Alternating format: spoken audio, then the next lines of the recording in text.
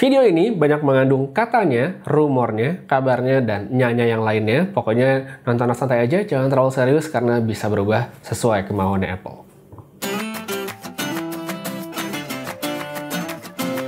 Halo kabar semua, ketemu lagi dengan Putu Reza. Dan seperti yang sebagian dari kamu mungkin udah tahu, beberapa hari yang lalu akhirnya Apple mengeluarkan pernyataan resmi tentang The Next Apple Event. Ya, ini adalah event tahunan yang begitu besar, begitu dinantikan oleh banyak orang di jagat teknologi, karena ini normalnya adalah ajang di mana Apple akan memamerkan inovasi atau produk terbaru mereka. Tapi untuk yang tahun ini itu kayaknya bakal berbeda dibanding tahun-tahun yang sebelumnya. Jadi memang karena situasinya juga tidak sama ya. Tapi bagaimana cara Apple akan memperkenalkan produknya ini juga menjadi sesuatu yang cukup banyak dibicarakan. Oke, untuk setiap Apple event yang digelar bulan September atau Oktober, biasanya kan pemikiran orang-orang tuh langsung, wah nih iPhone baru. Sekarang nih gilirannya iPhone 12, iPhone 12, pembaruan dari ini, iPhone 11, yang 11 Pro ya.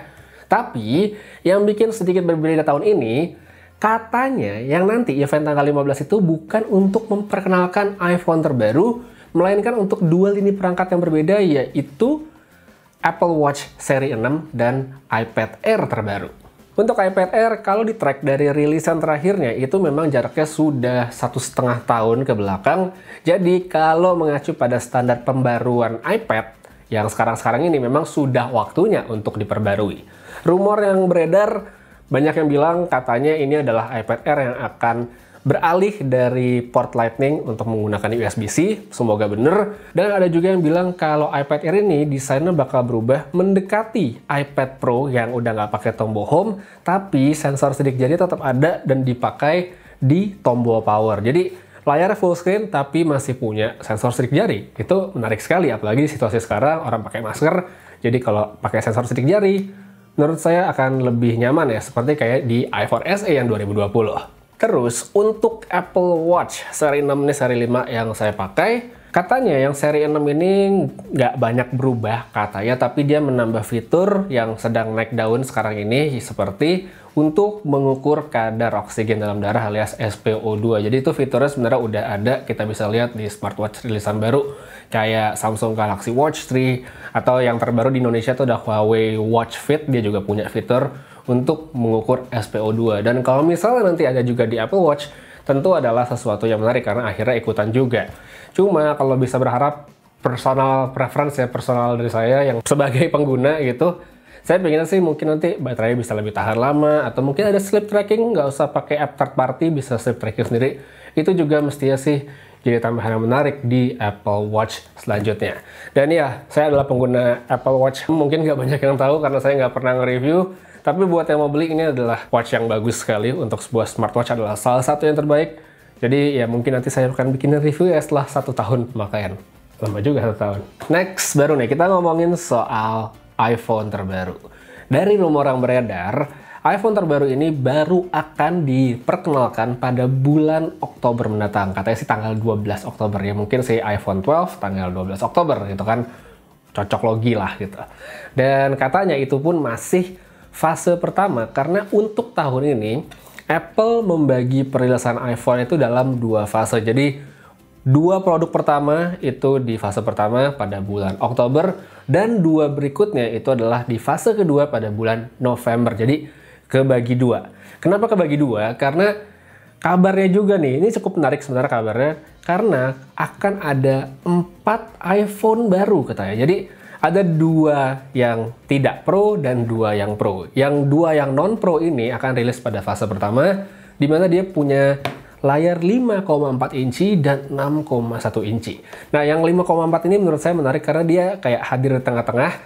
Jadi untuk iPhone baru yang seri 12, dia ada di 5,4, yang artinya juga termasuk ringkas untuk iPhone 12, tapi masih lebih gede dibandingkan iPhone SE 2020. Jadi kayak dari tengah-tengah gitu deh. Jadi menurut saya placementnya menarik untuk yang 5,4. Dan untuk yang Pro itu akan hadir di bulan November. Nah, apa aja sih yang bakal baru di iPhone yang akan datang nanti? Kalau yang udah paling banyak isunya yang santer dan sekaligus ditunggu juga adalah refresh rate tinggi. Bocorannya udah ada, katanya akan mendukung sampai 120 Hz, dan menarik sekali kalau akhirnya iPhone ikutan punya promotion lah ya, kayak di iPad Pro, karena mereka udah lama bisa bikin 120 Hz di iPad Pro. Jadi sekarang mungkin udah waktunya dibawa ke iPhone terbaru. Tapi mungkin bagaimana panel segala macamnya itu yang akan menarik, bagaimana nanti Apple bisa bikin AMOLED yang 120 Hz, karena kalau di iPad Pro dia promotion tapi masih pakai IPS. Jadi kayak apa kualitasnya itu menarik sekali ditunggu. Terus untuk kamera, ini juga tentunya adalah satu aspek yang sangat menarik di setiap iPhone terbaru. Dan kabarnya untuk iPhone 12 yang tidak Pro itu masih akan hadir dengan 2 kamera. Sedangkan untuk yang Pro dan Pro Max itu ada 3 kamera plus LiDAR sensor. Nah, LiDAR sensor ini menarik karena memang sepertinya Apple ingin mendorong dan mengedepankan fitur augmented reality di perangkat-perangkatnya. Seperti misalnya di iPad Pro yang terbaru, rilisan terakhir itu mereka ngasih LiDAR sensor, jadi katanya itu akan dibawa ke iPhone terbaru. Terus indikasi ini juga semakin kuat karena kemarin beberapa hari yang lalu juga pas pengumumannya itu di Twitter, bos marketingnya Apple, dia nge-tweet dan di situ ada grafis logo Apple yang berubah jadi tanggal segala macam, tapi dalam bentuk augmented reality dan warna biru. Warna birunya lagi kembali jadi omongan juga karena katanya itu akan jadi warna jagoannya Apple tahun ini. Jadi tahun lalu warna jagoannya itu adalah yang hijau seperti ini, dan katanya sih tahun ini bakal jadi biru. Oke, itu sempat ada rendernya iPhone dengan warna navy blue, itu menarik banget kalau emang bener kejadian. Dan saya sih mungkin kalau misalnya itu beneran beneran ada, mungkin saya bakal beli yang itu. Sisanya kalau dari rumor-rumor udah pasti ya iPhone baru kemungkinan besar akan hadir dengan chip baru yaitu A14 yang pastinya kencang banget. Ada konektivitas 5G juga sudah pasti ya, walaupun tidak bisa digunakan di Indonesia dalam waktu dekat. Terus mungkin ada di akhir tahun juga akan ada pengumuman Apple Silicon. Itu juga menarik sekali untuk ditunggu, tentang sistem komputer mereka, Mac-nya yang menggunakan Apple Silicon juga akan menarik ditunggu. Tapi ya untuk sementara yang bisa ditunggu dalam waktu dekat, kita lihat dalam beberapa hari ke depan adalah Apple Watch seri 6 dan juga ada iPad Air terbaru. Jadi semoga tidak mengecewakan, semoga menarik dan nggak cuman update yang remeh-remeh gitu ya. Semoga update-nya gede dan memang menarik untuk dibeli. Dan kalau memang berkesempatan untuk beli, saya juga akan mencoba supaya bisa nge-review dan ngasih pengalaman saya tentang produk-produk terbarunya Apple. Breaking news. Revisi. Ya, jadi ternyata ada breaking news. Ya, ini adalah sesuatu yang sangat besar sekali terkait iPhone 12. Jadi ada 2 orang, satu sih sebenarnya yang saya tahu banget, udah ngikutin banget dari awal, dia suka ngomongin soal iPhone terbaru, yaitu John Prosser. Dia nge-tweet 120 Hz didn't make mass production. Jadi kalau sebelumnya di video dia waktu ada bocoran tentang 120 Hz di iPhone 12 itu katanya adalah unit yang akan masuk tahap akhir sebelum diproduksi secara massal. Tapi dari tweet terbarunya, tampaknya iPhone 12 yang baru, entah yang versi biasa atau yang Pro, itu tidak akan mempunyai refresh rate 120 Hz. Wow. Wow banget sih. Cukup mengagetkan sebenarnya kalau iPhone akhirnya nggak jadi pakai 120 Hz di seri-seri terbarunya. Tapi di sini juga ditambahin bakal ada AirTags dan AirPods Studio. Jadi AirPods ada yang biasa, ada yang Pro, yang ada Active Noise Cancelling.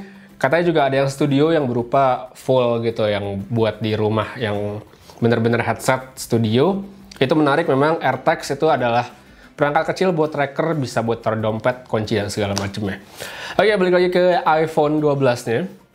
Di sini ada juga saya baca nih dari Daniel, Zone of Tech, dia ngasih kayak summary atau rangkuman kira-kira iPhone 12 Pro itu bakal kayak gimana.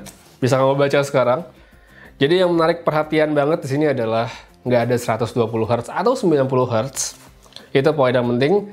Nggak ada resolusi kamera yang tinggi dan tidak ada charger. Ya, nggak ada charger. Kayak udah pada tahu ya bahwa Apple tahun ini memang sudah santer sekali dikabarkan tidak akan menyertakan charger di dalam kotaknya. Sedikit disayangkan memang, tapi ya buat para pengguna iPhone yang emang udah pakai iPhone X, iPhone 11 atau yang 11 Pro, kalau misalnya udah beli handphone itu, saya yakin juga sekarang kemungkinan besar mereka juga beli charger lagi akhirnya, karena charger yang disertakan iPhone itu di dalam kotaknya biasanya memang tidak sebagus itu gitu. Jadi memang kalau misalnya akhirnya tidak disertakan oleh Apple dalam paket penjualannya, ya oke-oke aja, tapi tergantung bagaimana nanti pricingnya, harganya. Kalau misalnya harganya lebih murah gitu ya oke, tapi misalnya lebih mahal juga ya lucu juga sih. Tapi saya juga pengen tahu gimana pendapat kamu dengan iPhone terbaru dari prediksi-prediksi yang ada. Kalau menurut saya pribadi, sebenarnya di luar keren-kerenan refresh rate tinggi ya, sebenarnya saya pakai iPhone 11 Pro gitu, terus pakai Galaxy Note 20 Ultra gitu 120 Hz. Ya balik ke iPhone sebenarnya ya nggak segitu amat sih gitu. Jadi buat saya sebenarnya refresh rate tinggi itu adalah masih dalam tahap opsional. Ada bagus banget, nggak ada ya sayang, cuman tapi kalau buat sekelas iPhone kayak sayang banget sih sebenarnya. Terus kalau nggak ada charger, kalau buat saya pribadi sebenarnya nggak masalah, karena chargernya iPhone selalu saya gantikan dengan charger third party. Tapi balik lagi, saya pengen nanya ke kalian gimana pendapat tentang Apple dengan lineup produk terbarunya dari segala rumor yang beredar. Adakah produk yang spesifik kamu tungguin, entah itu Apple Watch seri baru, ada iPad Air, atau misalnya AirTags dan AirPods Studio? Apapun itu tulis aja pada kolom komentar di bawah. Dan ya, kayaknya segitu aja dulu untuk video kali ini. Terima kasih banyak udah nonton sampai habis. Jaga kesehatan selalu, dan seperti biasa, have a nice day.